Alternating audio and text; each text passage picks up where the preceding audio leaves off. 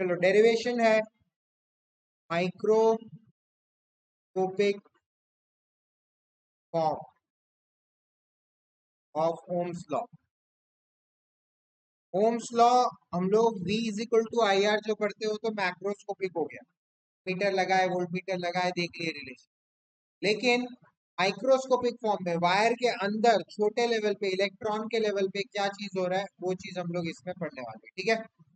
Resistivity से कैसे related है, करंट डेंसिटी से कैसे रिलेटेड है, इलेक्ट्रिक फील्ड से कैसे है, इलेक्ट्रॉन कैसे फोर्स एक्सपीरियंस कर रहा है, वो चीज छोटा सा डेरिवेशन है बट इंपॉर्टेंट है। तो सबसे पहले हमने क्या पढ़ा है, ओम्स लॉ बोलता है कि V is equal to I R, ठीक है। अब also R is equal to rho L upon A, ये दोनों फॉर्मूला हमने 10th क्लास में पढ़ा है। तो पुटिंग वैल्यू ऑफ R क्या हो जाएगा, V is equal to I rho L upon A हो जाएगा। अब इसमें ध्यान से देखो, आई अपॉन ए क्या होता है, मैंने अभी बताया था आपको, करंट डेंसिटी होता है। तो देखो यहाँ पे where I upon A is equal to J current density, तो फिर I can write this as V is equal to I upon A, J हो गया तो जे रो एल लिख सकता हूँ। This is equation 1। ऑल्सो हमने पिछले चैप्टर में पढ़ा था E is equal to V by D, याद है ना। तो यहाँ पे D के जगह हम L यूज कर लेंगे, डिस्टेंस के जगह लेंथ यूज कर लेंगे।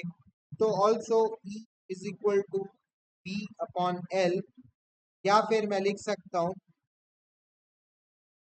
V is equal to E L, लिख सकता हूँ। क्वेश्चन 2, अब 1 एंड 2 दोनों वोल्टेज के वैल्यू दे रहे हैं, तो फिर मैं इक्वेटिंग इक्वेशन 1 एंड इक्वेशन 2 क्या हो जाएगा, E L is equal to, पर क्या था, जे रो एल ना, जे रो एल, एल और एल कटा, मेरा क्या आ गया, ई इक्वल टू जे रो आया। ये है microscopic form of Ohm's law. इसको आप थोड़ा और अलग से भी लिख सकते हो, यहाँ तक भी प्रूफ कर दिए तो मार्क्स मिल जाएगा। अगर आपको बोला रेजिस्टिविटी नहीं, कंडक्टिविटी के फॉर्म में लाओ। कंडक्टिविटी क्या होता है, कंडक्टिविटी को सिग्मा से डिनोट करते हैं, and sigma is equal to 1 by rho, resistivity का रेसिप्रोकल होता है। आ रहा है समझ में। तो रो क्या हो गया, 1 बाई सिग्मा हो गया, एक दूसरे का रेसिप्रोकल है ना।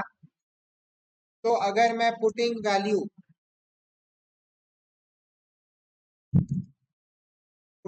Of rho in this equation E is equal to J rho में पुट कर दूं तो क्या हो जाएगा, implies putting rho in equation 3, इसको 3 मार्क कर लो। पुटिंग रो इन इक्वेशन 3 क्या हो जाएगा, E is equal to J rho था, जे बाई सिग्मा। ये आपका electric field in terms of current density and conductivity आया। This is electric field in terms of current density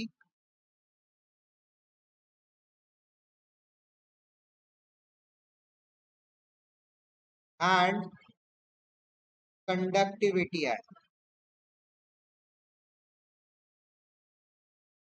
ठीक है, और ऊपर वाला जो था वो क्या आया, यहाँ पे जो आया इक्वेशन 3 में ये आया electric field in terms of current density and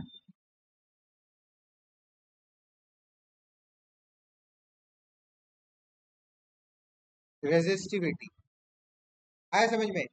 तो किसी भी तरह से आ सकता है, आपको microscopic form of Ohm's law भी आ सकता है, आपको electric field in terms of current density and resistivity भी आ सकता है, electric field in terms of current density and conductivity भी आ सकता है। तीनों में आप यही डेरिवेशंस लिखो। आया समझ में? एक बार मैं ऊपर से नीचे दिखा दे रहा हूँ।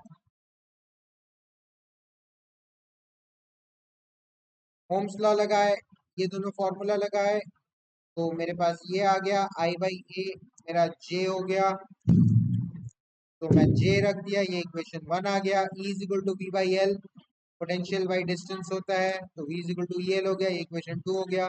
दोनों को इक्वेट किया, E is equal to J रो आ गया। उसके बाद रो को मैंने 1 बाई सिग्मा लिख दिया, सिग्मा मतलब कंडक्टिविटी, तो मेरा E is equal to J by sigma आ गया। ठीक है,